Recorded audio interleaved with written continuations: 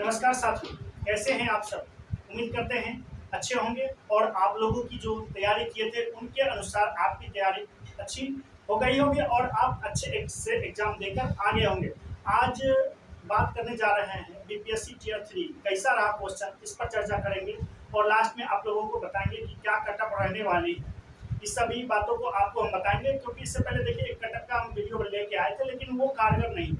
वो कितना कारगर ये कहना मुश्किल है क्योंकि एग्जाम का जो क्वेश्चन है उसको देखने के बाद ही पता चलता है कि कितना एग्जाम कारगर हो सकता है, मतलब कटअप कितना जा सकता है। वो एग्जाम परीक्षा देने के बाद जो भी विद्यार्थी निकलते हैं उन्हीं से पता चलता है।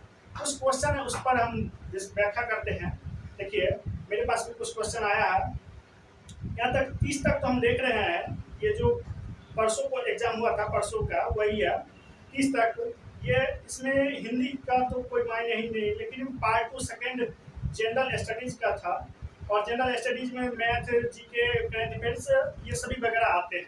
क्वेश्चन का लेवल लास्ट में बताने वाले हैं, इसको पूरा देखिए। एक क्वेश्चन है कि निम्न में से शरीर का कौन सा अंग शरीर के संतुलन को नियंत्रित करता है? शरीर के संतुलन को कौन नियंत्रित करता है? ये उसके बाद 1/5 पर पावर 3x था और बराबर 0.008 ये सब क्वेश्चन है। एक 23 अगस्त अंतरिक्ष दिवस ये सही है। 11 मई राष्ट्रीय प्रौद्योगिकी दिवस, 28 फरवरी को राष्ट्रीय विज्ञान दिवस, ये सब क्वेश्चन पूछा गया था। उसके बाद है कि झारखंड का घाटशिला किस खनिज के लिए प्रसिद्ध है? उसके बाद दो संख्याओं का अनुपात 14:25 है यदि उनके बीच अंतर 264 है। ये सब मैथ का क्वेश्चन था। उसके बाद कौन सी नदी जो है भारत नेपाल के बीच सीमा बनाती है? नदी है। बस प्राकृतिक संसाधनों के संरक्षण के लिए अफ्रीकी सम्मेलन इस वर्ष आयोजित किया गया था। ये सब मतलब क्वेश्चन कहा सकते हैं कुल मिला के तो ज्यादा टफ अभी तक दिख नहीं रहा, बाकी आगे हम देखते हैं। एक क्वेश्चन था कि जनवरी 2024 में देश के चुनाव में आयोग के फैसले के खिलाफ पेशेवर उच्च न्यायालय के एक फैसले द्वारा इमरान खान की पाकिस्तान तहरीक ए इंसाफ बहुमत को बहाल कर दिया गया था। चुनावी प्रतीक क्या था? ये करंट अफेयर्स की क्वेश्चन थी। उसके बाद प्रति वर्ष जल उपलब्धता के आधार पर भारत में विश्व में कौन सा स्थान है? ये सब भी करंट का। उसके बाद x पर पावर 4 ये सब मतलब व्याख्या हम कर रहे हैं कि हाँ कुछ क्वेश्चन था जो एनसीईआरटी का था, कुछ क्वेश्चन था जो एससीईआरटी का था, कुछ क्वेश्चन था जो मतलब पूरा फुल टॉस था, हिट एंड ट्रायल मेथड से कुछ क्वेश्चन बनाने वाला था। मैथ का क्वेश्चन कहे तो बहुत ही आसान था। जो मैथ का क्वेश्चन था बहुत ही आसान था। जीके में हिस्ट्री का, मॉडर्न हिस्ट्री का क्वेश्चन कहे तो वो भी आसान था, ज्यादा टफ नहीं था। बात करें साइंस का तो साइंस का मॉडरेट था, साइंस का क्वेश्चन मॉडरेट था। उसके बाद मैथ का तो मुझे लग रहा है कि बहुत ही आसान था, 14 से 15 क्वेश्चन मैथ का था। रीजनिंग एक ऐसा क्वेश्चन था जो रीजनिंग बहुत ही एक क्वेश्चन ऐसा था कि जो किसी से लगभग नहीं बनने वाला था, इतना टफ क्वेश्चन कर दिया गया था। और ये थोड़ा जो वन लाइनर आप लोग पढ़ के गए होंगे उनको दिक्कत होता होगा क्योंकि यहाँ क्वेश्चन जो है बहुत लेवल इसका थोड़ा हाई कर दिया गया है, वन लाइनर वाला को दिक्कत होने वाला है। उसके बाद हम क्वेश्चन है हमारे शरीर में मलेरिया परजीवी का भंडारण स्थल ये कहाँ पर होता है? भंडारण स्थल। उसके बाद देखिए भारत सरकार अधिनियम 1935 के तहत बिहार विधान परिषद के प्रथम निर्वाचित सभापति कौन थे? ये सब आप लोग मॉडर्न हिस्ट्री में एनसीईआरटी में पढ़ के गए होंगे। दो न्यूट्रॉन के बीच मतलब कुल मिला के हम इस बात को व्याख्या करना चाह रहे थे कि आप लोगों को क्वेश्चन जो है वो एकदम से आसान नहीं था। क्वेश्चन जो है एकदम से आसान नहीं था, उसको कह सकते हैं आप मॉडरेट प्लस, मतलब मॉडरेट भी नहीं, इजी भी नहीं और टफ भी नहीं, लेकिन मॉडरेट से थोड़ा ऊपर और जो टफ से थोड़ा नीचे होता उस लेवल में आप कह सके क्वेश्चन का लेवल हुए था। और देखिए कुछ जो तैयारी करके गए होंगे कुछ ऐसा क्वेश्चन रहता है जो 100 अगर क्वेश्चन पूछा जाता माना जाता कि मतलब कोई भी एग्जाम में 100% उसमें 100 में से 20 क्वेश्चन ऐसा रहता है जो आपसे कदापि नहीं बनेगा। आप 80 क्वेश्चन करके आएंगे और वो 20 क्वेश्चन में आपका आईक्यू पावर कितना काम करता है, आईक्यू लेवल आपका कितना, उसके अनुसार वो बढ़ता है। वही सब में से जो सही बना देता है तो वो 80 क्वेश्चन के बाद जो भी बनाता है या टॉप कर जाता या 100% उनका मेरिट का चांस रहता है, उनका कॉन्फिडेंस लेवल भी हाई रहता है।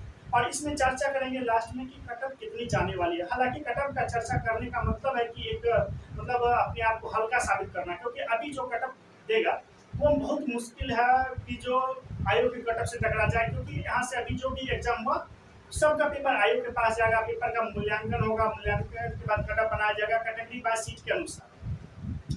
हो सकता है तो आरक्षण के अनुसार इसको रोक भी लिया जाए, उसके अनुसार तो कटअप का आना मुश्किल है, लेकिन तब भी हम कुछ न कुछ आप लोगों को सांत्वना के लिए बताएंगे, क्योंकि जो भी विद्यार्थी मेहनत करते हैं, जो भी एग्जाम दे के आते हैं, अपने भर मेहनत करके जाते हैं, उनको खौफ रहता है अगर उस 85 भी बना के आ गए 200 में, मतलब 100 में, तो 85 भी 90 भी बना के आ गए, तो उनको डर रहता है कि कितना कटअप जाएगा, क्योंकि वो मेहनत किए रहते हैं। जिनको जो मेहनत नहीं किए रहते तो उनको कुछ पता ही नहीं रहता कि कितना कटअप जाएगा और क्या जाएगा, उससे उनको बहस भी नहीं रहता।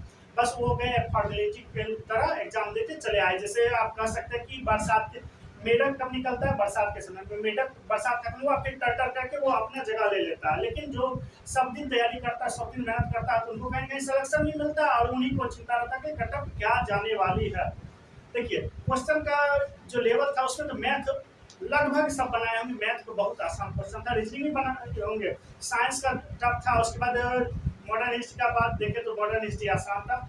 और सबसे ज़्यादा बड़ी बात है कि सीट बहुत ज़्यादा आती है बिहार के अन्य एग्जाम की अपेक्षा, इसमें सीट बहुत ज़्यादा आती है, तो कटअप श्योर है कि कम ही जाएगा। देखिए बिहार दुर्गा का अगर बात करें, बिहार दुर्गा का ज़्यादा कटअप मतलब इस बार 1275 सीट था, तो 81-82 मेरिट का कटअप गया, तो उतना 100 में 81-82, उसी के अनुसार आप इसको कह सकते हैं कि 100 जो भी एग्जाम था 150 का, तो उसका 70% आप 70% आप निकाल सकते हैं, 70-60 के आसपास, उससे ज़्यादा कटअप नहीं जाने वाला है। 100 में मान के चले तो आप 60 क्वेश्चन अगर सही करके 100 का बता रहे हैं, 100-150 का नहीं, 100 का बता रहे हैं, अगर 60 बना के आ रहे हैं तो आपका होने का प्रबल संभावना है। जो भी अभी 95, 100, 150 जो भी कह रहे हैं, 120, 110 जो भी कह रहे हैं, वो आंसर की आयोग का आने के बाद वो क्या हो जाएगा, 120 है तो उनका 60 पर चला आएगा, उनका 80 पर चला आएगा, समझे। ऐसा ही होता है, सबको एग्जाम देने के बाद सब क्वेश्चन सही लगता है, आयोग अपना आंसर अलग देता है, उसका आंसर अलग आता है।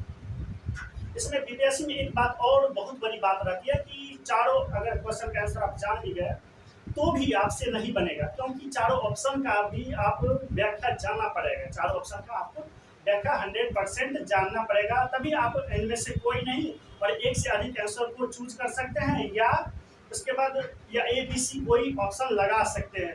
यानी कुल मिलाकर हम निष्कर्ष इस पर निकले हैं कि जो भी 60 से 65 नंबर का बात कर रहे हैं, 65 से ऊपर, 65 से नीचे नहीं कर, 65 से ऊपर जो भी एग्जाम में बना के आए हैं वो निश्चिंत रहिए, उनका श्योर है कि होने वाला है, ठीक है।